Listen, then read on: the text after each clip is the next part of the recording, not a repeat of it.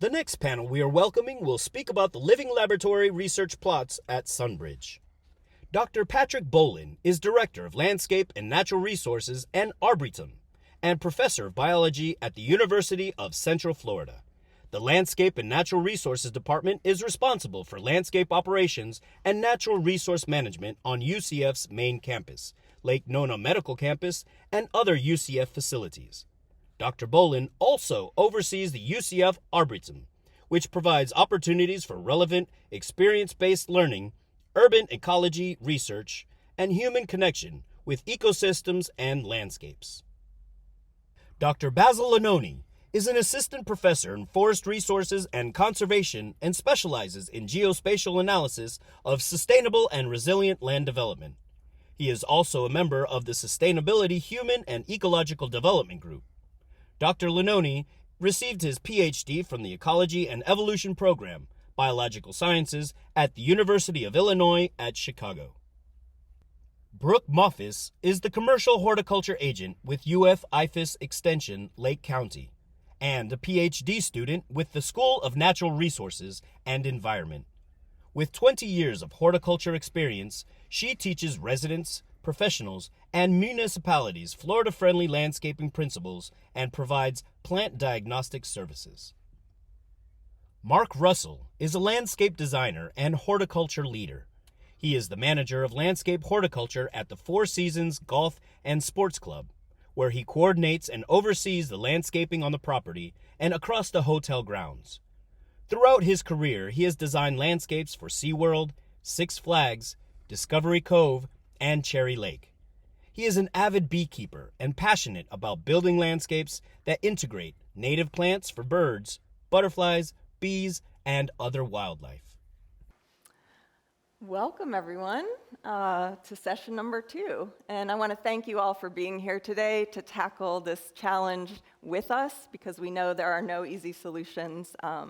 And so we're going to give you some of the meat of how we operationalize this program through the University of Florida with our collaborators at University of Central Florida, as well as our private and public sector partners. So I'm going to tell you about, and my name's Jennison, I'm going to tell you about these living laboratory projects, just give you the very, very high-level overview of what we're trying to do there in the context of performance measurement and verification, and then I'm going to pass it on to Dr. Iannone. So the Sustainable Floridians Benchmarking and Monitoring Program is the program that I lead with the Program for Resource Efficient Communities at the University of Florida, IFAS Extension. It's a lot of words there. But in a nutshell, what we're trying to do is measure through the life of a project. So we stay with the development team, the collaborating partners, and we want to actually go in. First of all, tangible decisions that are beyond the status quo, beyond code, have to be made. So we work and negotiate, what those decisions are, try to push and pull and nudge gently developers to go further, faster, because we know we need to do this at scale. And we work with master plan community development so that we can hopefully get to that scale. Like Christiana, the question you asked, this is one project, but the whole industry is influenced. And what we do is create living laboratories. So in a nutshell, what we're trying to do is bring the science to life and bring life back to the science. And that sounds cliche, but having been in an academic environment for much of my life, I often I feel challenged to bring that relevance to the academic science. It's so exciting to be working with these innovators who are learning, asking difficult questions and learning, the latest science. But at the end of the day, if we don't take it out to the real people in the real world making the real decisions, it's not going to have the impacts that we need it to have to address the complex environmental challenges we're facing today. So I know you all in here probably know what living and laboratory mean, but I went through this exercise because I was like, well, how does Merriam-Webster define it? Let's take a step back. So what does it mean to have a living laboratory? It's active and functioning and having life. And so Dr. Levy referenced this incredible ecosystem that they've inherited at Sunbridge, and that, there are assets there that they're trying to preserve. So it's that life within the ecosystem that supports our human life that we're trying to protect. And I love the definition. I didn't make this up, it was in there, exhibiting the life or motion of nature. And so the idea of the eco-life or naturehood, or connecting nature and people, is really critical, as Leslie said this morning, not just for people, but also for wildlife and our natural world itself. And then a laboratory, a place equipped for experimental study and a science for testing and analysis, right? And usually that's in a controlled environment where we can model the parameters and, control for the messiness and the uncertainty that exists in the real world. But what we're trying to do here is tackle that directly. We've run into a lot of hurdles along the way. You've already heard, from different perspectives, and so, but we're going to keep going. We're committed to keeping going and measuring performance along the way. So this esteemed panel is going to tell you about these 2 living laboratory research projects at Sunbridge. And I just wanted to show you a shot from March of 2021. So this was the first site visit that our team, the Sustainable Floridians Benchmarking and Monitoring Team, along with our collaborators, made to the site. So what you can see in the background there is the beginnings of these exciting, the boundary planting, native garden experiment that you'll hear about. And I'm going to let the experts tell you the rest of the story. But thank you. Thank you. Can everyone hear me? We're good? Okay, so I'm going to discuss the first living lab study that we have going on here, the boundary planting. I am Basil, Iannone, assistant professor, and I've already been introduced, so I don't have to go through that. Thank you. But the story really begins at this site here. This is a proposed development plan that Tavistock and Richard Levy and others came to us about to Sustainable Floridians Benchmarking and Monitoring Program. And first, before I go here, before I start, we're going to tell you some science, but we are going to tell you some storytelling about how the science emerged too.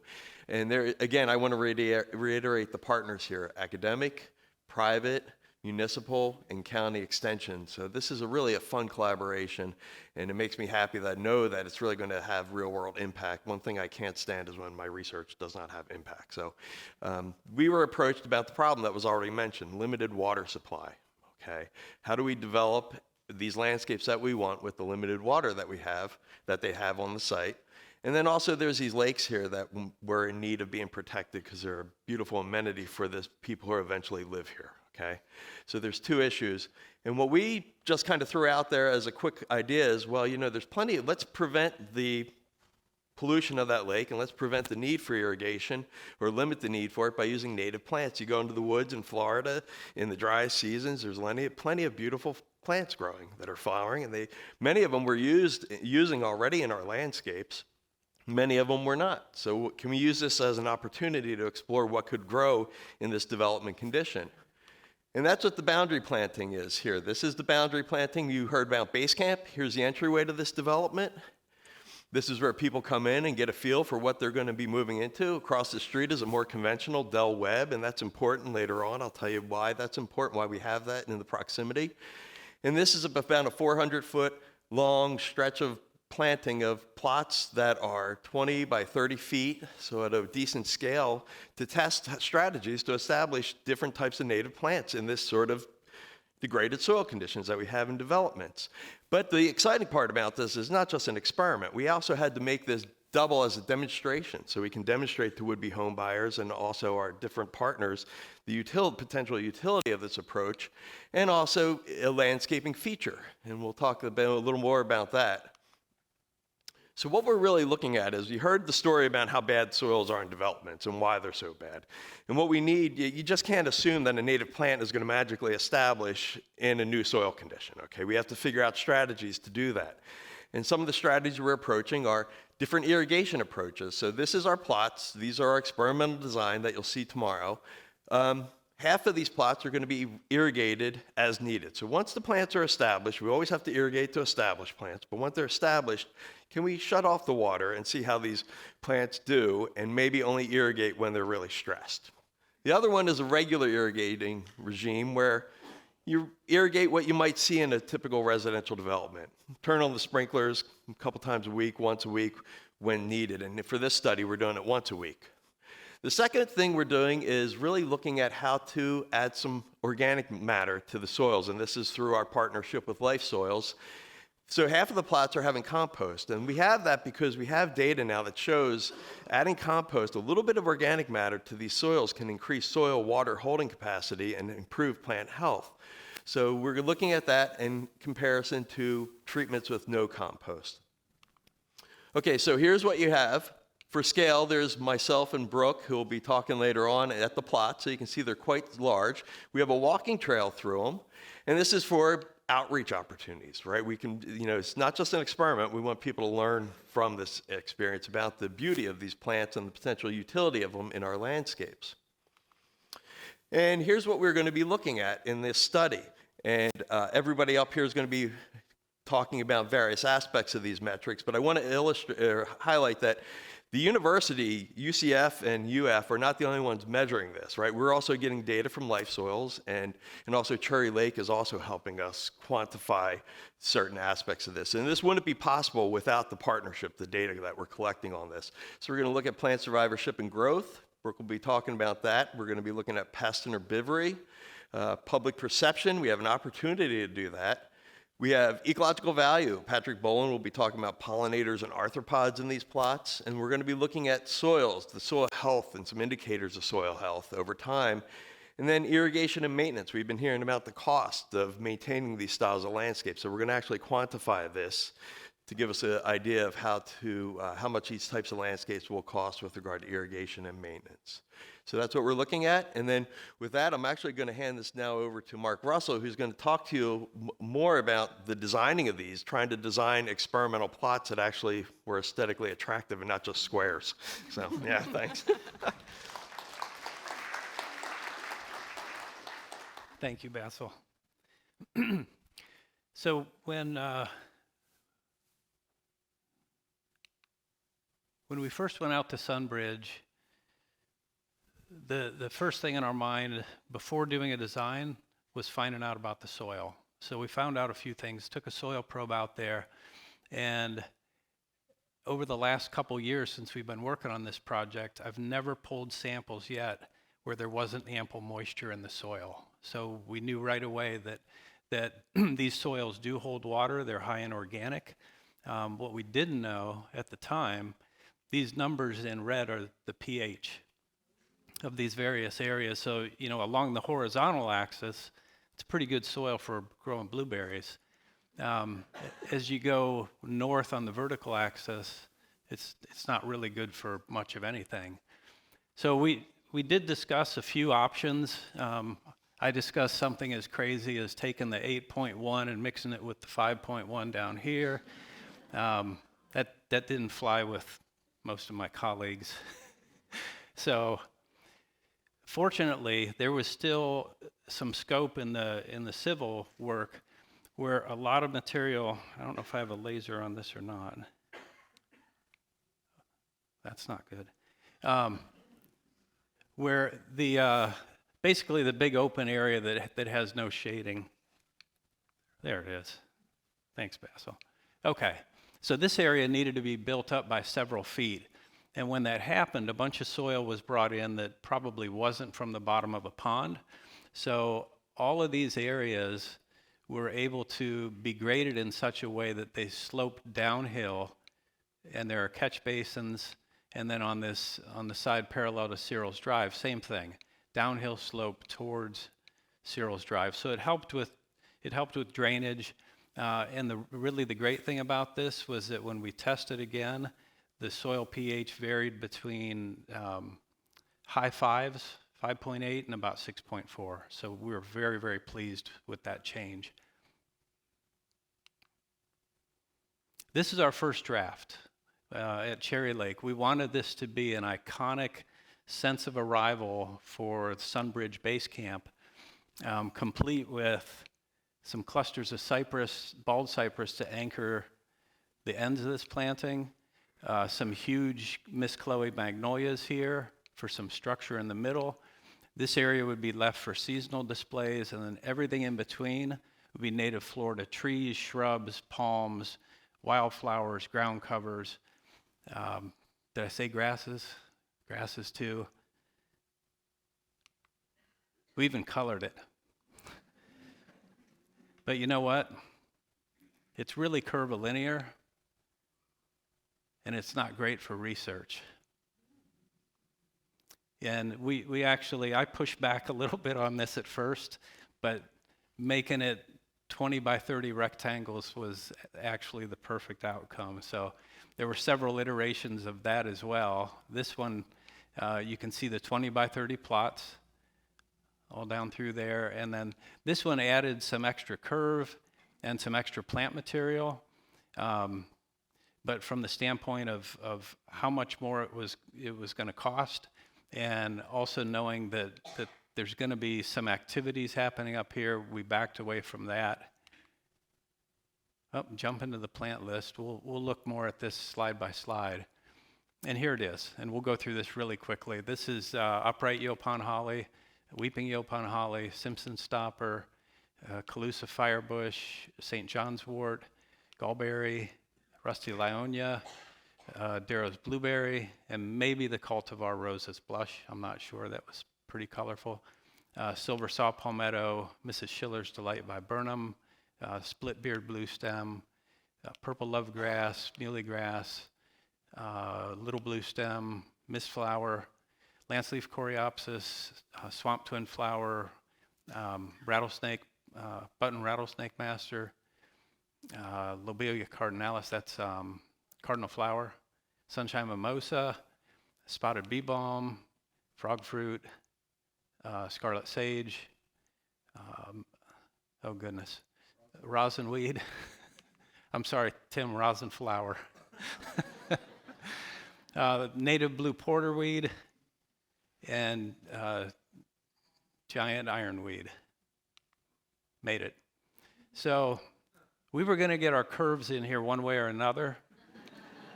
So we got them in here on these pathways. And the whole idea with this was creating pathways where people could actually get, immerse themselves into this planting. And similar to our edge planting at Cherry Lake, where initially we were going to have a path on the outside. So people can really immerse themselves in this, basically across the whole site. This is one of the slides that Basil shows. This was another one of our iterations that didn't make it. And then these are some of the finished product. These were taken fairly recently, I think maybe 2 to 3 weeks ago. So once the rains hit and we really heated up, the plants really started to fill in and mature. Just a couple other shots. So this is basically the finished product. I haven't seen the plots since the storm. And now Brooke's up.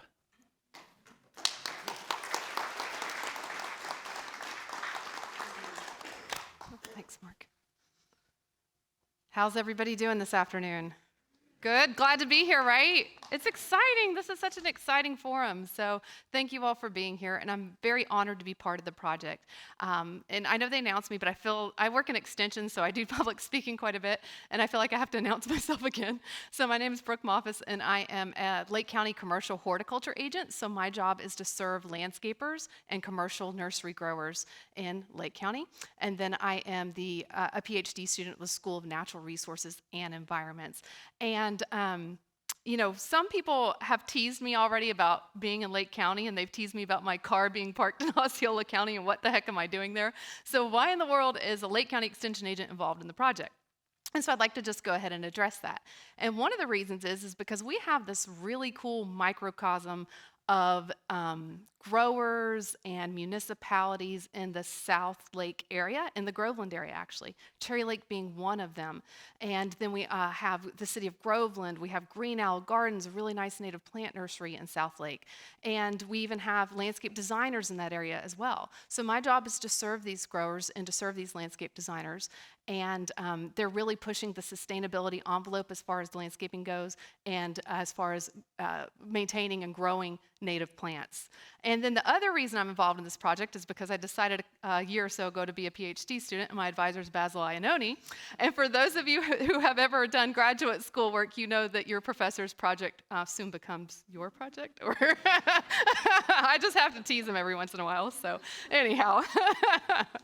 Oh, but I wanted to just bring it down to the soil profile just a little bit, or at least talk to you about soil a little bit more than what we already have. So I'm going to get very basic on you all, maybe a little bit more detailed than some of the other speakers, but I wanted to just kind of do some basic soils with you. And so this is an example of the soil profile, and soil profiles are made up of different horizons. These are different layers that all have different characteristics in the soil. You may notice this if you drive anywhere through Appalachia or through any of the mountains where you see a cut pass in the mountain to put down a road. You'll see the bedrock layers, and then you'll see the soil layers on top. So that's a good example of this. But the first soil layer that we see is the O horizon, and this is our organic matter. So these are things like, it may be debris from plant leaves, or it may be a decomposing small animal or something like that. So this is our decomposition area. Then we have the A horizon, and this is where that decomposed material is getting worked into the mineral soil. And so this is really what we call our topsoil, that O horizon and the A horizon. And this is where plants, most of their roots grow. They can get into the lower horizons, but this is where a lot of the nutrition and water holding capacity is in that soil. So that's where the organic matter is. Then we get into the E horizon, which is very heavily leached. It's really interesting. So in our area, it will often be sand, very sandy soil, and so you'll get movement from the O and A horizon past the E horizon, and it will settle into the subsoil, which is the B horizon. We also have a bedrock layer that's not really pictured here, but first let me describe the C horizon. The C horizon is where our soil is formed. It sloughs off of the bedrock layer. What is our bedrock in Florida? Limestone, right? So our soils, though, are not really, unless you get into really South Florida, they're not really developed from that limestone. What are they developed from? Appalachian sand in some areas, yes, and we'll see that. But it's from sand, right? And it's from the rising and falling of sea levels, and that sand settles on top of that limestone layer. So what are we gardening in Florida for the most part? Yeah, you all know that, right? All right, so I just wanted to show you a little bit more about our soil development here in Florida. A lot of our soils are spodosols. Soils have lots of different names. There's 12 different named soil orders, you could say, but there's, I think, 19,000 different soils in the world. Can you believe that? Who knew, right? So anyway, so in our area, you can see the spodosols. Oops, I just did the bad thing too, Mark. Where's the pointer? Right in the middle. Oh, okay, great. All right, so you can see in orange here, our most common soil is a spodosol. I'm pointing at the wrong thing too. I'll get through this eventually, and you all will get through it with me. So a spodosol is in the orange here that you see. And this is the picture that we have here. You have this organic layer of pine straw, and your topsoil develops from that. This is that highly leached E horizon I was talking about earlier, that's very sandy material, and then we get into the clay subsoil beneath. This clay subsoil can be problematic when we're growing plants because it can either have really high pHs or really low pHs, as Mark alluded to. And then also we can get a buildup of different elements as well. So, and then just for those of you, in other areas of Central Florida, entosols are a soil that's fairly common. For those of you that are in Lake County like me, this is our not just drained sands, but excessively drained sands. So that's what an entosol is. They're common on Florida's Sandy Ridge. And then also we have histosols, which you see in the bright green here. And these are our muck soils. So these are going to be around lakes, and they're going to be around wetlands. You see a lot of those down into Okeechobee and the Everglades. So you can dazzle your friends by telling them at cocktail hour or coffee break that you know the state soil and it's a spodosol, and let me tell you about it. But again, it's from pine forest. So where does this become problematic is that we end up, we've all talked about it. I think almost every speaker's talked about how in the development process we dig out a retention pond from 20, maybe 30 feet below, and we put that up on top of the landscape. And so we are no longer gardening in topsoil. And then we also bring in things like the builder's sand, and then this is another sand here, and then we probably have a subsoil from the B horizon, the B horizon that you see right here. So this was actually a neighborhood that was going in right next to my home. And then on top of that, we compact the soil too. So you see this is actually, I think this is where our base camp plantings are actually. So you can see what we're dealing with, right? We have all this really, really heavy equipment. Well, our soils are made up of about 50% mineral, and then they're about 50% pore space. The pores can be filled with either water or air. But what happens to that pore space when we have this really heavy equipment sitting on top of it? It compresses it, right? And so, we can all guess that. And so now you don't have a place for that water or that air to go. And so, I told you there was 19,000 different named soils in the world. And there, in the 1970s, a new soil was defined. Guess what the name of it was? Urban soil. So really high tech there, right? But it's a soil material having a non-agriculture man-made surface layer of greater than 20 inches thick, and it's produced by mixing, filling, or contamination. So that's what we're trying to grow in. We are not growing these native plants in topsoil. We are growing these native plants in subsoil, builder sand, and who knows what else. All right, and then we see the compaction. I talked about, hey, we've got this compaction from the compressed pore space, so there's nowhere for that water to air to go. So that water will do just like this same picture that Pierce showed earlier. It will actually, it will have an irrigation event or rainfall, and it will slide right over that sidewalk, and it will not perk down into the soil, no matter how much we water it. So it will slide right off. This can be very, very problematic for roots. They can't even. That actually restricts root growth. When our compaction gets so much that the density of soil hits, I believe it's 1.6 grams per cubic centimeter, when we hit 1.6 grams of cubic centimeter in bulk density, that's when we get root growth restriction. So, and then in some cases like the turf grass, I'm jumping back over to this now, hope y'all are following me, but in some cases it can be so bad that you can actually pull this turf grass up and it's almost like a quilt. It never knits down into the soil. So I see a lot of head shaking. So you all have experienced this, right? So the objectives of our project, and I think we've all talked about it, we want to come up with landscapes that reduce water needs. Richard Levy talked about that as the main motivation behind Sunbridge development. And we want to support biodiversity, which Patrick will get in Basil more so. I'm really interested into how we can alter urban soils to improve plant health. So how do we grow in these soils that are subsoil, the pH is terrible, the nutrient and water holding capacity is not good for plant growth? So, and here's another picture of that experimental design, and you can see Basil and I actually standing on the sidewalk of those plots there. So we wanted to create an experimental design that doubled as a landscape design. And this is very different from most of science. You typically do not want someone walking into your experiment, but here we are actually encouraging it. And again, I'm just excited that that's part of the project. So the metrics, and Basil touched on these that we're looking at, is visual quality, soil quality, plant and disease pressure, plant survivorship, coverage, and growth rate. And I'll get into more detail on how we're determining that. And here again is our experimental design. I think every single one of us has had it up there because it's such a cool experimental design. But what we're doing is we're doing as needed irrigation. As needed irrigation, we are basically turning that irrigation system off, and if we see signs of wilting, we will turn it on and let it run a cycle, and then it will be right back off. Regular irrigation, we decided to do once a week irrigation.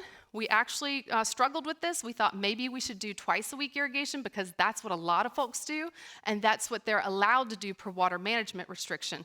But the soils here, as Mark pointed out, are very hydric, and so we didn't really want a decline in plant health. So we said once a week irrigation for our regular irrigation schedule. And then our compost, we have with compost and without compost for our amendments. And this is just a close-up here. You can see the compost. I believe we put the down at 4 cubic yards per 1,000 square feet. Got that right, Darren and Mark? All right. Thank you. And you can see where it's been laid out onto the plot. And then Mark tilled it all in. And it was important to till all the plots, even if they didn't receive compost, so that they had that same treatment. And then also, like I said, we did the water as needed versus scheduled. We also debated this too. You can see, and I'm standing right in the middle, so I may have to go off to the side like everyone else. It's making it difficult. But anyhow, we decided on drip irrigation. We had debated doing overhead irrigation because a lot of border plantings are established like that, and they're irrigated initially with overhead and then they back off, or going to the strip irrigation. And I believe Cherry Lake really had a lot of input here and said, hey, the industry is going to drip irrigation because it's so efficient. We need to go this way. And so that's the irrigation system laid out. And so that's our treatments. So again, Mark talked about the plant list. The cool thing that I think is going on with this plant list is that we have a good mixture of small trees, shrubs, we have wildflowers, and then we also have a succulent in there too, which is pretty cool. And we have some ground covers too.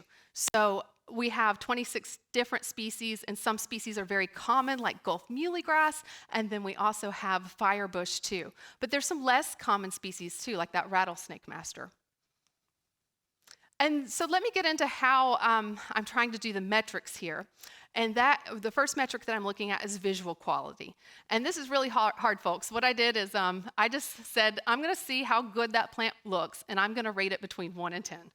And I actually stole this idea from a couple of professors that work with the commercial nursery industry, and then some turfgrass professors as well. And so anyhow, I didn't steal it, I borrowed it. But anyway, so what I did is I gave everything a rating of 1 to 10. 1, the plant was dead. It was still intact though. 2 was the plant looks pretty pitiful. It's got a few leaves on it. And then you can go up from there. 5 is an important point on the scale. 5 is the marketable threshold. So this is a good quality. It's marketable. It could be sold in the nursery industry. And then we just go up from there. And 9 would be, just primo, and 10 would be just absolute excellent quality. But nobody gets a 10, or very rare do they get a 10.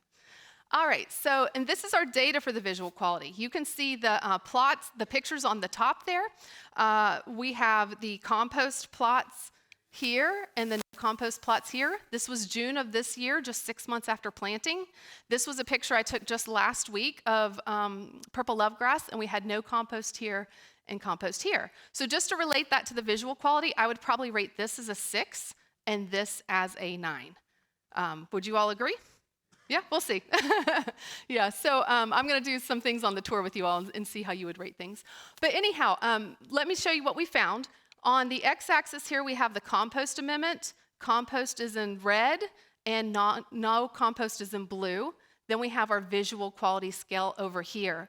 So what we saw in spring of 2022, which is just a few months after planting, we really didn't see a difference in visual quality between the compost amendments. And then summer of 2022, we saw about a 14% increase in visual quality for the plots that had compost over the plots that did not have compost. And then fall of 2022, we saw about a 17% change in visual quality from the non-compost going to the compost. And so we did see a little trend downward, but I would say that a lot of the plants are in senescence, and so they're starting to kind of go into this fall dormant period here. So we'll see how that trend continues. And then, another point I wanted to make too is that, if the visual quality on a plot is 5, and this is getting pretty close to 5.5 here with the no compost, and we can increase that visual quality by 17%, now we have a plant that has a visual quality of about 6.5. That may not seem like a huge difference, but if we have a plant that's a visual quality of 5, that's right on the threshold of being not acceptable. So if we can push it above that acceptable, that's good. All right, so more soil properties that we're looking at is bulk density, and again, it's just how it sounds, how dense that soil is, if you will. And again, 1.6 was restricted to root growth grams per cubic centimeters. Then we're looking at organic matter, carbon-nitrogen ratio, nitrogen, phosphorus, potassium, pH, and then plant available water. And at this point, we have just looked at the baseline soil samples. We have pooled samples, but we have yet to analyze those. But what I can report to you now is that the bulk density on the at this period before we actually installed the plots, the average was 1.5. When is it restrictive to root growth? 1.6, right? So we're creeping up on that root growth restriction there. And then our pH, what we found at the first grading, and Mark talked about this as well, is that it ranged from 5.1 to 8.1, with the average being about 6.5. And then after the second grading, it got a little bit more acidic and it got less variable too. All right, and so other things that I'm looking at too is disease pressure. So what I'm doing is I'm quickly scanning a group of plants, and I'm looking for things like leaf spot, rust, those types of things, and I'm trying to give them like a percentage rating for that plant grouping. And then I'm also looking at pest presence too. So I'm looking for things like mealybugs and aphids, and gosh, what are some of the other pests that you all encounter?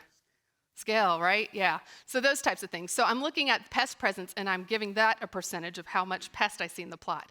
And then I'm looking at herbivory. And this is interesting to me because the first two things, as an ornamental horticulturalist, disease pressure and pest pressure, bad, right? We don't want to see that on our plants. Herbivory, when I worked in the theme park setting and the commercial nursery setting, I would not want to see any chewing marks on the leaves. But now that I'm, working in ecology and my mindset is changing, I'm able to accept that because you have to have the chewing in the leaves so that you have the caterpillars and that you have that food web. So anyhow, I now see herbivory as a good thing, right? And this is frog fruit, by the way. So we've got some type of fungal disease going on, and we've got, these chewing marks being made in the leaves.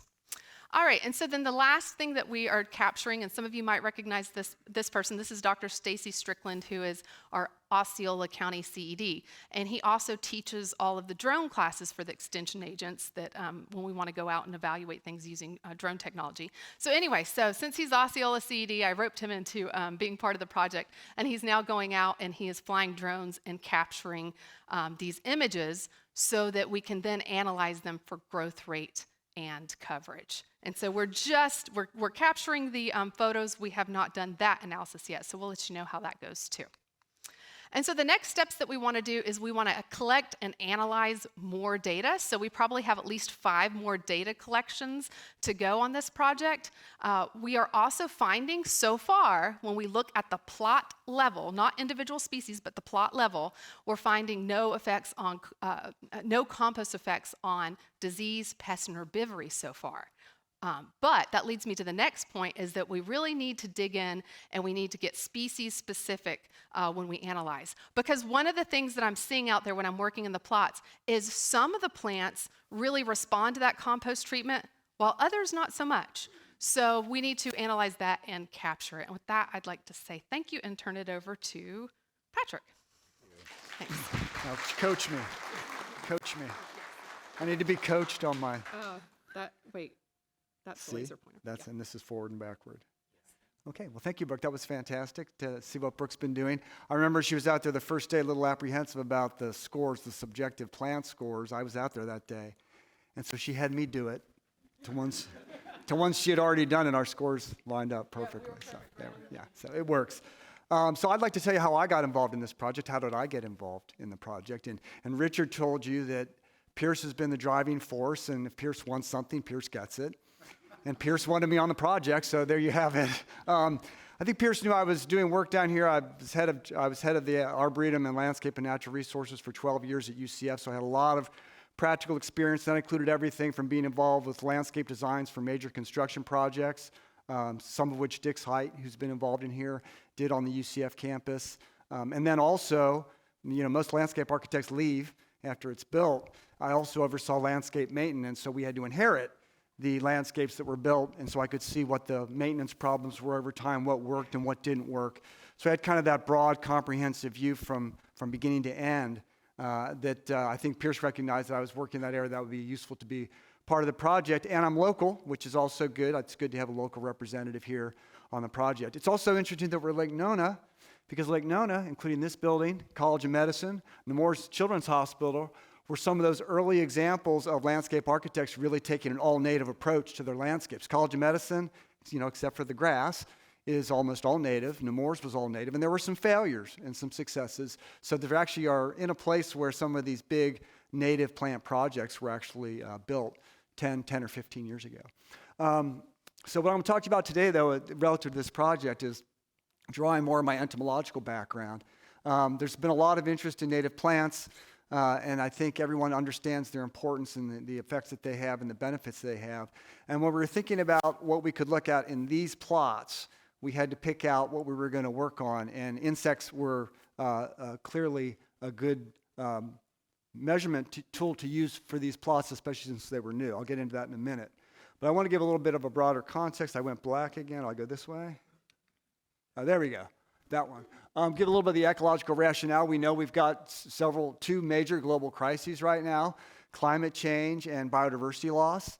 I don't think these are things that necessarily developers lose sleep over every night, but it is kind of the context in which all these things are happening. And in fact, it is things they are concerned about. For Florida, for climate change, we've got more severe hurricanes and sea level rise.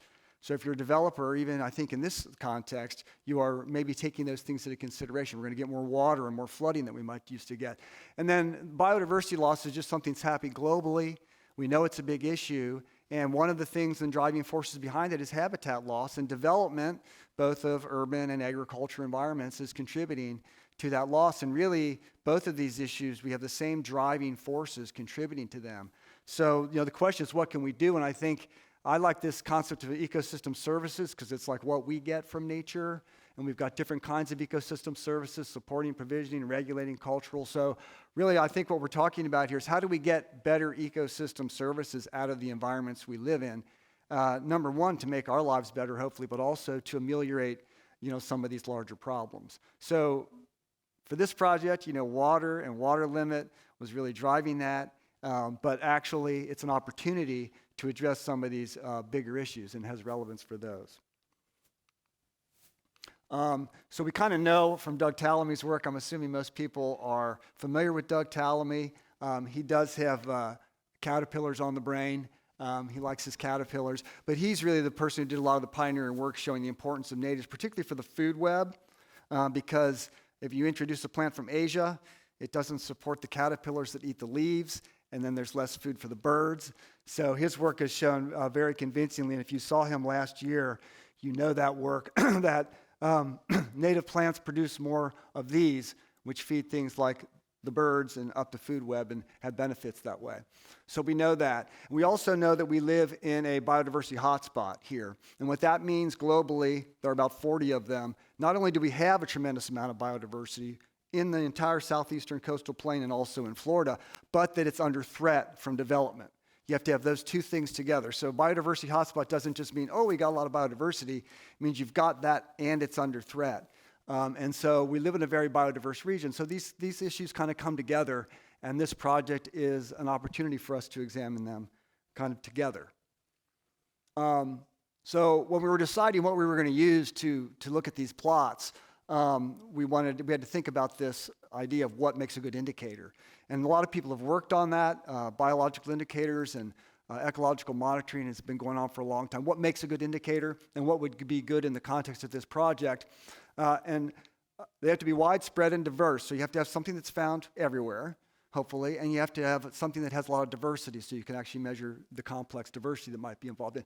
Birds are very important in urban systems. They've been used as biomonitoring in many urban systems. And insects, obviously, because they're everywhere and they're very diverse, are very important. And then they have to be easily measured. This is a pitfall trap for measuring ground insects.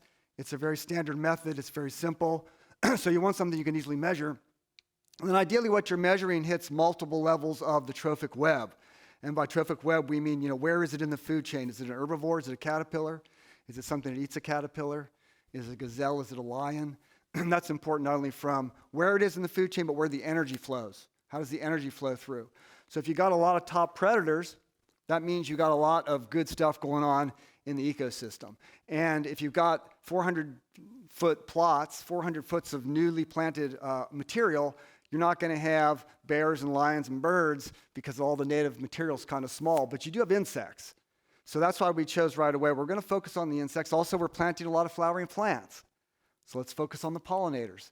Pollinators are in decline. People are concerned about that. But the idea of having the multi-trophic level, again, is that it shows you whether there is a complex food web in the area you're examining. This is actually a picture from the plot.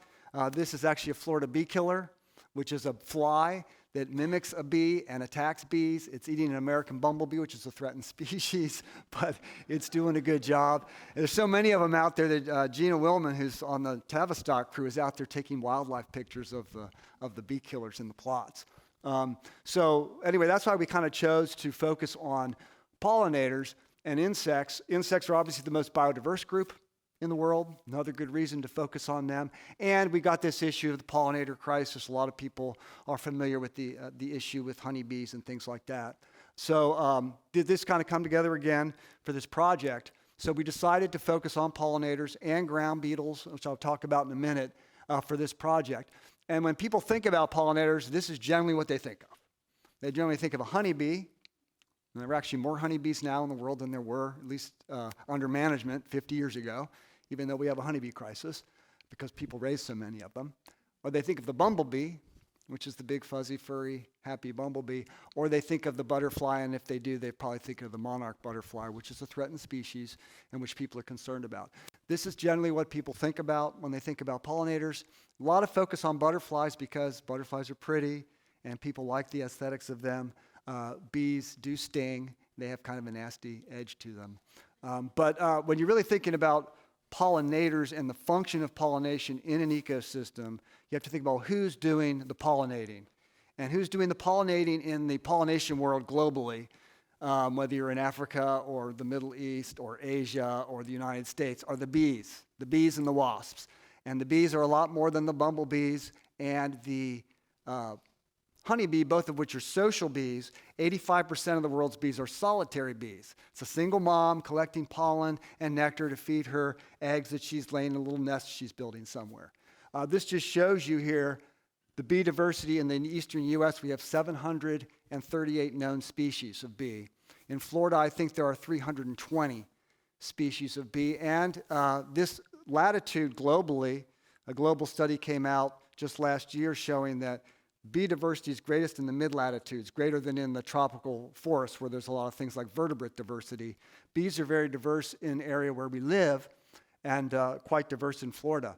And you just see there's 5 major families, and the honeybee and the bumblebee are both in the Apidae, which has 191 species, many of which are parasites of other Apidae.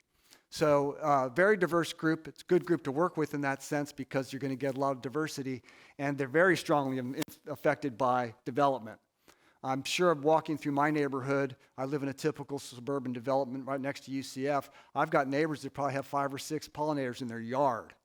They have nothing flowering. They've got plants that they trim and cut, and then others that maybe have more floral material where they've got it. So it's a really good indicator in that way if you're talking about flowering plants. I put this up here too because flowering visiting wasps are a very important group. Again, we have hundreds of species of those, and the flower wasps in particular are very important in terms of their abundance in Central Florida and locally, even throughout the eastern U.S. They're interesting also because they have a trophic level effect.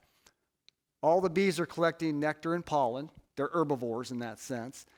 The flower wasps are collecting nectar and pollen for themselves, but not for their babies. They lay their eggs in the soil and parasitize beetle grubs. So even as larvae, they are predators. And then as adults, they are herbivores that are feeding on pollen. So that's kind of an interesting group. And also the bee killer I showed you before, which is out there killing the bees, does the same thing, lays its eggs in the soil, and those larvae are parasites on scarab beetles, which can be pests on the roots of plants.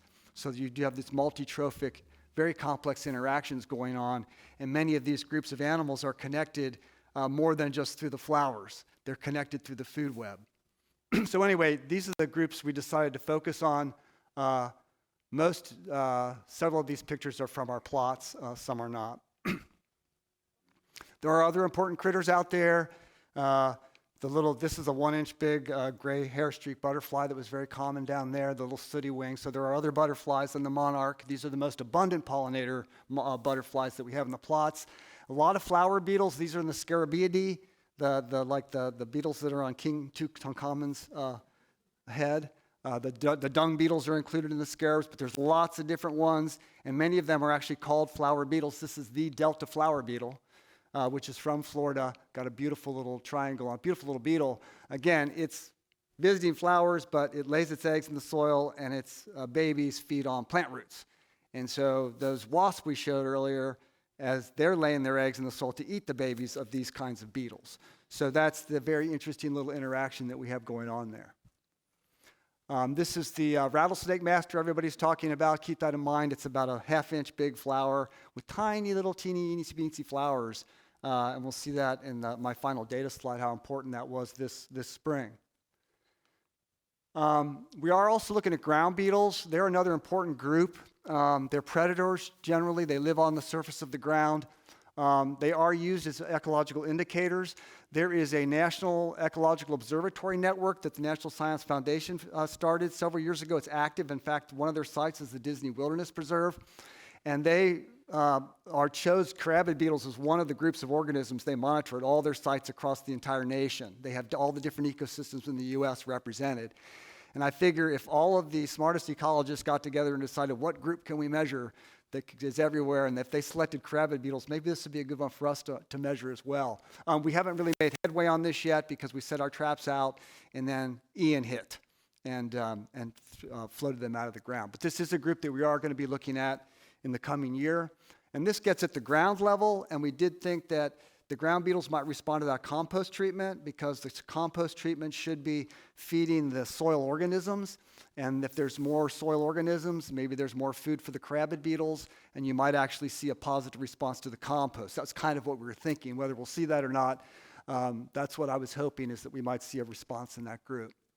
These are our students that are involved in the project at UCF. These two are undergraduates. We missed the goat yoga, unfortunately, at the Sunbridge event that they had that day, but the sign was still there. Robin Pidlon was actually a student this summer that was supported on an NSF project for undergraduate research experiences at UCF. And it was great that he came in from Valencia, actually, was here this summer because I didn't have a graduate student yet, and so he could focus on this early data that you're going to see that we collected in June. And that's Marie Burdett. She's another undergrad. Marie is actually comparing the experimental plots to the medians, which we talked about this morning, about the medians that were planted in the neighborhood, and also the natural areas in the trail areas that are right adjacent to the base camp. So Marie's comparing across the different habitats, and Robin looked within the actual experimental plots. Alessandra Pandolfi's a PhD student. She's doing her project on a bigger subject, but she's going to work in the experimental plots looking at the carabid beetle. She's kind of a beetle nut. And then Michaela Hageman just started. She's with Marmalade, which is the little cow you'll see in the yurt tomorrow here in this picture. And she's going to be focusing on the pollinators, and she's going to be my Brooke. For this project. She's really going to be the head on the pollinator aspect to it. Okay, so those are the students that have been involved. Just to give you some early results, so we sampled the plots in June. Now, a lot of these plants flower at different times. We sampled in June. We also sampled about 3 weeks ago. There were many more pollinators 3 weeks ago, and there were different flowers blooming. So we need to look at that whole year. We need to look across the whole spectrum to see what's going on. Next spring, we're going to have Yopon holly and Simpson stopper blooming, major pollinator plants. There could be entirely different pollinators at that time of year. So what I'm going to talk about and show you today is a snapshot of a 2-week period in June of the first year, 6 months after these plants were planted. Okay, so I want you to keep that in mind as we're just looking at that early bit. And you can see why bees and wasps, I told you they were the workhorses. I wasn't lying. We had 45 total species. You can see the vast majority are the bees and wasps. We had 17 different species of bee, 15 wasps, and so on, and all the way down to beetles. So a grand total in that one sampling period of 45 pollinator species. And what we really stuck out, and it really wasn't that much of a surprise because you walk through the plots, you could tell from the pictures, there's a lot more vigorous plants in the plots with compost. And if you grow a more vigorous plant, it has more flowers, you might expect to see more pollinators. It was just nice to confirm that. the average number of flowers, we actually counted all the flowers in the plots in June because there were enough, we could actually count them. A couple of weeks ago, we had to estimate flower counts, but you could see we had twice as many flowers, and not surprisingly, we had over twice as many pollinators that we observed in plots with compost. Very interesting. And again, these plots are small. They're 20 by 30. They're right next to each other. We were concerned about seeing differences, but the floral difference was so great that we really did pick that up. We didn't really look at an irrigation treatment. We looked at it. There wasn't one, but in June, we wouldn't expect to have seen one because we did irrigate these plots up into June to get them established, and then it rained all summer long enough that you wouldn't expect to see a difference with the irrigation treatments. We are expecting as we go into the dry season, into next spring, that's when we might pick up an irrigation treatment if there's going to be one, okay? So we weren't really, that's why we're not looking at the irrigation treatment here. It really wasn't established yet. Okay, so we've got big effect of the compost. And then I just wanted to point out, these are all the different groups of insects. And those names, I'm sure, don't mean anything to you. But these are the flower wasps. So I just wanted to make the point in terms of total number of pollinators, just how important the flower wasps are. Just how important the flower wasps, because everybody thinks of bees. Everybody thinks of butterflies. Look how abundant the flower wasps are in this region. Apidae, that's your bumblebees and honeybees. And then your leaf roller bees. These are all bees all the way down to here. And then these are butterflies, that little hair streak butterfly that I showed you. And there's the flower beetles. And then it just kind of goes down from there. So these are the big groups here, the bees and wasps.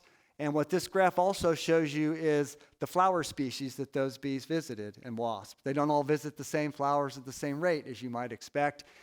You can see that the flower wasps were really hitting the rattlesnake master. So all of these different pollinators have their different floral preferences. So having diverse flowers is going to increase the diversity of your pollinators. And Richard had asked me early on, well, don't we know all this stuff? We do know some of these things already going in, but for all the Florida natives and for all the different groups we have here, we don't have those relationships figured out. So this project is really going to help us learn more about what those specific relationships are. So when we do plant and design a landscape, we can kind of predict more accurately, well, what do we expect to see in the pollinators? And then if we don't see it, is there another reason why? Are we surrounded by an urban environment? There's just, too much impervious surface or something like that. This is a little more complicated design, but just look at the two axes. It's the number of pollinators versus their diversity. So this is the species versus just the total number, if that makes sense. Just the total number of pollinators, the species of pollinators on individual flowers. And I'll just take you through a little bit here. Like this one right here is porterweed, which is a very good bumblebee plant, always has bumblebees on it. They're always floating around on it. But not much else, meaning bumblebees only. And they aren't very abundant, and there aren't very many of them. This is rattlesnake master, which was blooming. And you can see a lot of pollinators and a lot of species of pollinator on that plant. And this is a very nice fit on this line. Basically, the more total pollinators a flower attracts, the more diverse that group of pollinators tends to be. And those are actually results that confirm other results people have observed. The more pollinators you have, tends to be the more diverse pollinators you have, unless you're in a monoculture or something like that. So those are very interesting, cool results that we found. This is just a snapshot, and we sampled a few weeks ago. We'll sample over the next couple of years, and we'll be able to fill this story out. But we found some very interesting results thus far, and very encouraging, I think, for the species that we're looking at down there. So looking ahead, we have to analyze more results. We need to look through the change through time. We've discussed that not only from the maintenance perspective and how these plants are going to grow, but, is the compost effect going to last for 2 or 3 years? Is that going to disappear? Those kinds of questions I think are very important. So our project is really slated for 2 years, and I think that's a good amount of time to look at this early phase. We're also going to be involved in helping these comparisons between Weslyn Park and the Del Webb, more traditional landscapes, versus our experimental plots to see what those differences are. And I'm sure we're going to find very big differences. And we're going to include not only the yards, but some of the roadway plantings that are in there. And then look at the synthesis, of all those data over that 2-year period, and hopefully be able to make some recommendations for the entire project. So we're really looking forward to that, and also looking forward to the build out. Maybe there's other opportunities with this, fantastic project and this new development that's got this different paradigm. I think there's going to be more interesting research opportunities down the line that come from that. Okay, I'll hand it over to Basil. Thanks, Patrick. Yeah, good. So we're going to jump now to the second living lab study that's really was started from the plots.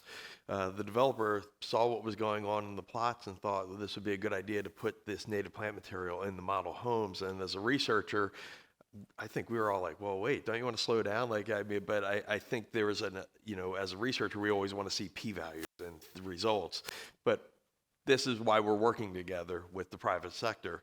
And they wanted to move ahead on this, and it was an exciting opportunity to make sure that we could make this a reality in our new development. So they wanted to do this in phase 1 in this area down here on the map in these model home areas.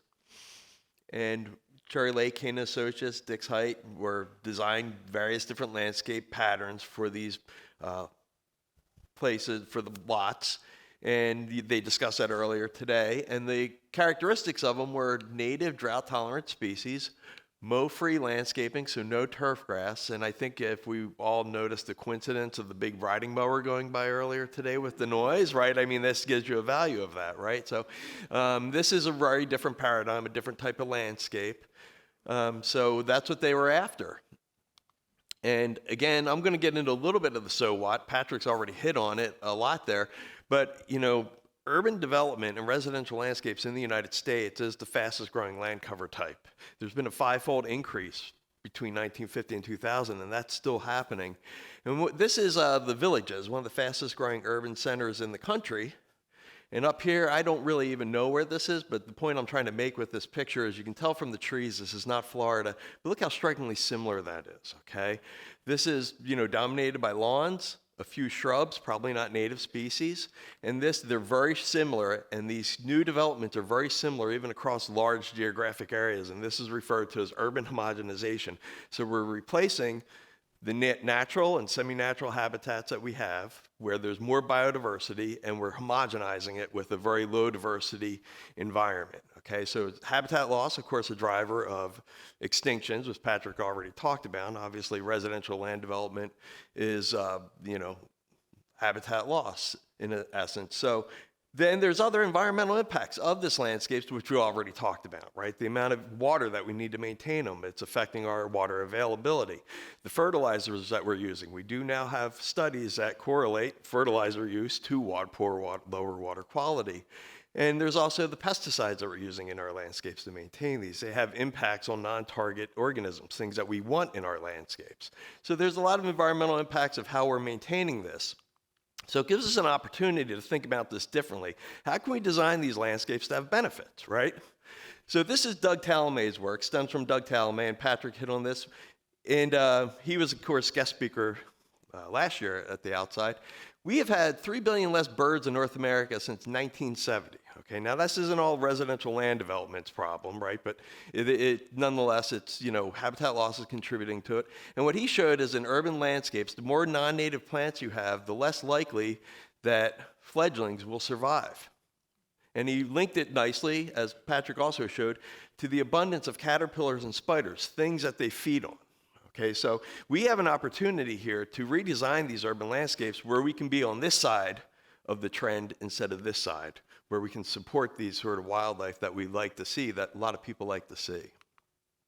And also, again, can we design these to provide ecosystem services, right? These are the benefits people get from nature. Patrick's already gone over them. But there's 4 different types: regulating, right? Such as flood control, something that's kind of a big deal after last week, right? Provisioning, the things we get: water, timber, supporting biodiversity, cultural, right? We don't think enough about cultural, but we actually do get very much cultural benefits from nature, including spiritual, aesthetics. So how do we do that?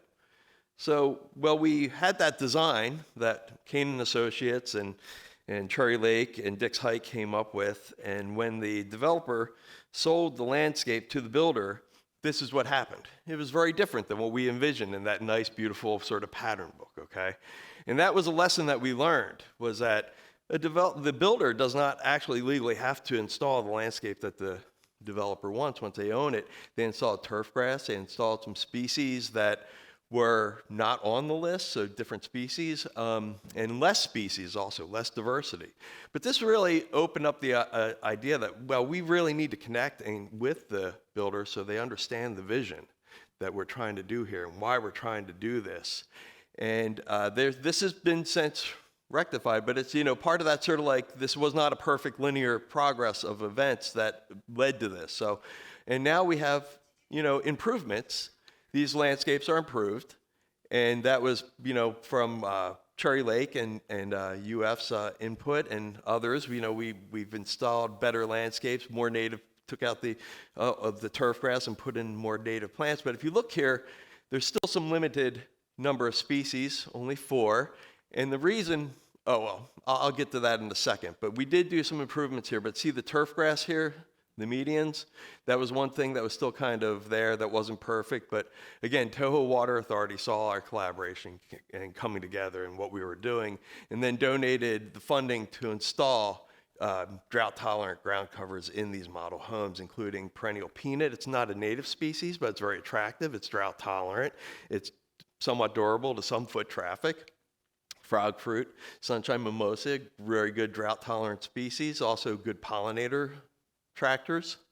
So we're moving ahead here, and here's the improvements, and it gives us an opportunity to take a step back now and quantify let's evaluate these improvements. Let's think about what we can do better next time, and what are the benefits of this, and what can we do better next time as we push the needle further. And some things that's already been pointed out is clearly we're going to need to do homeowner education, and we can use these model homes for that. Homeowner education on this is a very different type of landscape than what you might be accustomed to. You really don't need to keep the irrigation on as long as you want with these species. It might be bad for the species. So that's something that's unusual. And also that we're realizing is we discussed the price today in the first panel, right? Turf grass is a very cheap alternative or a relatively inexpensive alternative to put and stabilize soil. So how do we compete with that in a way that is actually economically feasible for a builder to adopt? And it raises the need for trying to increase the supply of plant material. We have the Florida Association of Native Nurseries here. We have the Wildflower Society. So there's people working towards that as well. These are just 2 of the needs that we've identified. Still, though, we look at that landscape. It's not exactly what was planned, but we're still seeing a lot of interesting benefits. So first off, I look at this as an ecologist, and I think it's aesthetically pleasing. I think there's designed attractive landscapes. Of course, I know I might have a different perception being an ecologist, but I find them attractive. I think some of the opening day, the people who are visiting this found them attractive and interesting. We're finding useful plants. Tim's sitting here next to Simpson Stopper. Again, this is used in landscapes, but I was able to educate people who were walking through looking at these model homes on the opening day of this project about this plant, its flower, how well it smells, and its function as a really great hedge plant in an environment and without the need for much irrigation. And anecdotally, when we walk around these model homes, we are also seeing some really interesting ecology relative to what you would see in a more traditional landscape. This is a picture I took of a green anole. This is the native anole from Florida. It's being outcompeted right now by the brown anole, which is an invasive species. It's being predated, and also the brown anole has a virus that transmits to it. And they've been being pushed higher up into the tree canopies. And this one here is in our model homes. We've been seeing some different recruitment of native plants that weren't actually planted in those homes in the lots, which I think is pretty interesting because it means that there's species movement happening in these landscapes, something we can think about. And of course, pollinators. This is just one butterfly, but we were there early on, and there's a lot of pollinators that you see in these flowers that you don't see in more traditional landscapes. Okay. Now let's think about what we can save with this style of landscape. And I did these calculations based off of IFAS fertilizer recommendations, fertilizer and irrigation recommendations, if we were to adopt a landscape without turf grass with these drought-tolerant plants, and we assume a build-out of 29,000 homes, I think there's a variability in what the number of homes that I hear are going to be built in this project, but let's just start with that one.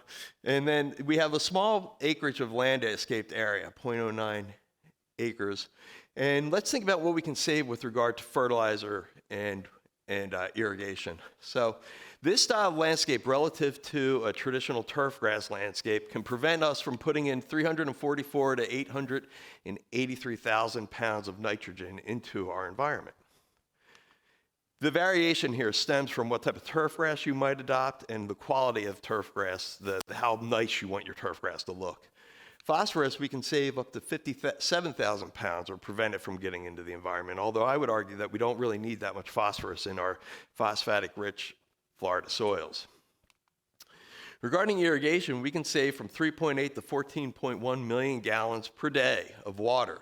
That is enough water for indoor use for 15.2 to 56,400 homes per day. So a lot of water. And then Pierce alluded to the CO2 that landscaping emits, the amount of CO2. We can prevent 9.1 million pounds of CO2 annually from entering into our atmosphere. And this is CO2 associated, as Pierce pointed out earlier today, with not just mowing, which we all think about because of the emission of combustion engines, but actually the fertilizers and even more the energy to put water into our landscapes. So what we actually have here now when we're done, from a research perspective, which I'm excited about, is the opportunity to compare and contrast over long term. We have a long-term research opportunity. This is a multi-decadal build-out. We can compare these more standard developments. Remember Del Webb across the street, right in the same location, similar environmental conditions. That's great. To these sort of reimagined landscapes, I'm calling reimagined, ecologically enhanced, some people might call them. And we also have natural areas that we can incorporate into here. We can compare and contrast the amount of resources we're using, the money it takes to do this, the ecological benefits, the environmental benefits. And this is going to be what I'm excited about, informing future decisions, right? We can inform future decisions in this project and elsewhere.